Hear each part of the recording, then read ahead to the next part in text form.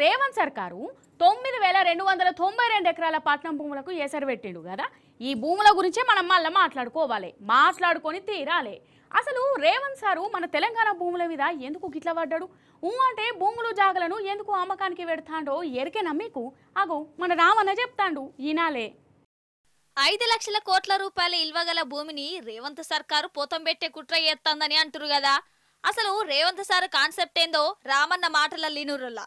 హైదరాబాద్ లో ఈ 21 పారిశ్రామిక వాడల్లో దగ్గర 9300 ఎకరాల ప్రభుత్వ భూమిని హైదరాబాద్ లో ఇలా మీరు మన జూబ్లీ హిల్ సెలక్షన్ చూసినారు. ఇంచు జాగలేదు, దేనికి ఒక శ్మశాన వాటికకి జాగలేదు, పేదవాడికి ఇల్లు కడదామంటే జాగలేదు, ఒక పార్కు కడదామంటే జాగలేదు. హైదరాబాద్ పార్కింగ్కే జాగలేదు, పార్కు జాగ ఎక్కడ? ఇల్లు ఇందిరమ్మ ఇల్లు 2 ఏళ్ళలో ఒకటి కట్టలే. ఎవరు వీళ్ళు వచ్చినాక మనం 1 లక్ష కట్టిన డబుల్ బెడ్రూమ్ ఇల్లు హైదరాబాద్, వీళ్ళు ఒక్కటి కట్టలే. ఎందుకు కట్టరాయా అంటే జాగలేదు కదా అని మాట్లాడతారు. సో నీకు పార్కుకు జాగలేదు, పార్కింగ్కు జాగలేదు, బొంద పెట్టేందుకు జాగలేదు, ఇల్లు కట్టేందుకు జాగలేదు. మన 9300 ఎకరాలల్లా ప్రభుత్వాన్ని వీళ్ళు పోయి అడిగింది. ఇండస్ట్రియలిస్ట్ మనని అడిగినట్టే పైరవికారులు వాళ్ళని కూడా అడిగింది. మాకు ఇచ్చేయండి, మేము మంచిగా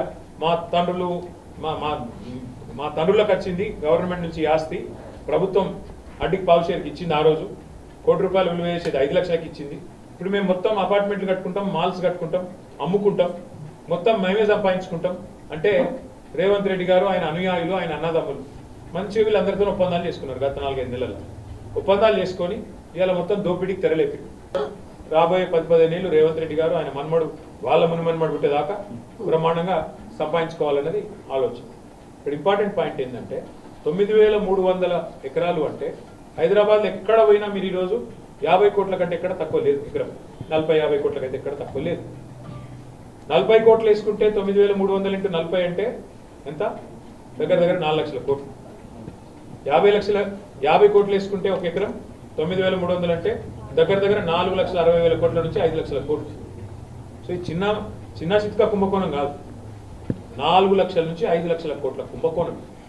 రేవంత్ రెడ్డి గారి మనవాడికి మునుమన్మడు పుట్టేదాకా, వాళ్ళ మునుమన్మడు పుట్టేదాకా ఆయన డోక లేకుండా అదానీ అంబానీ ఒకటే దెబ్బల క్రాస్ కావాలన్న చక్కర్లా ఇవాళ రేవంత్ రెడ్డి గారి స్కెచ్ చేసి అది సంగతట. నిజమే అనిపిస్తుందా లేదా? 5 లక్షల కోట్లంటే మాటలానొల్లా. అసలు ఇది దేశంలోనే పెద్ద కుంభకోణం అని అంటుర్రు.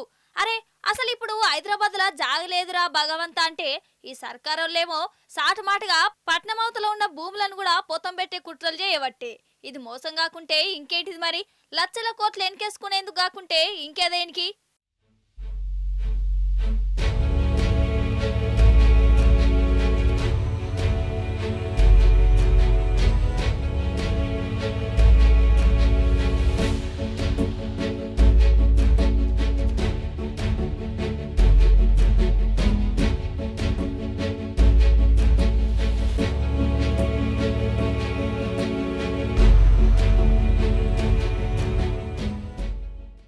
ఏమంట రేవంత్ సార్ ముఖ్యమంత్రి అయిండో హైదరాబాద్ అనే కాదు మన తెలంగాణలో ఉన్న భూములకు కావాలనేదే లేకుంటయింది.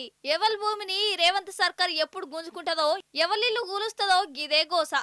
అంటే కబ్జాలు, లేకుంటే అడ్డికి పావుషేరుకు అమ్ముకునుడు, గిదే దందా నడుస్తుంది. ఆఖరికి రైతుల భూములను కూడా మాయం చేయబట్టే, వాళ్ళను జైలేసి మరి బల్మిట్ కి గుంజుకోబట్టే.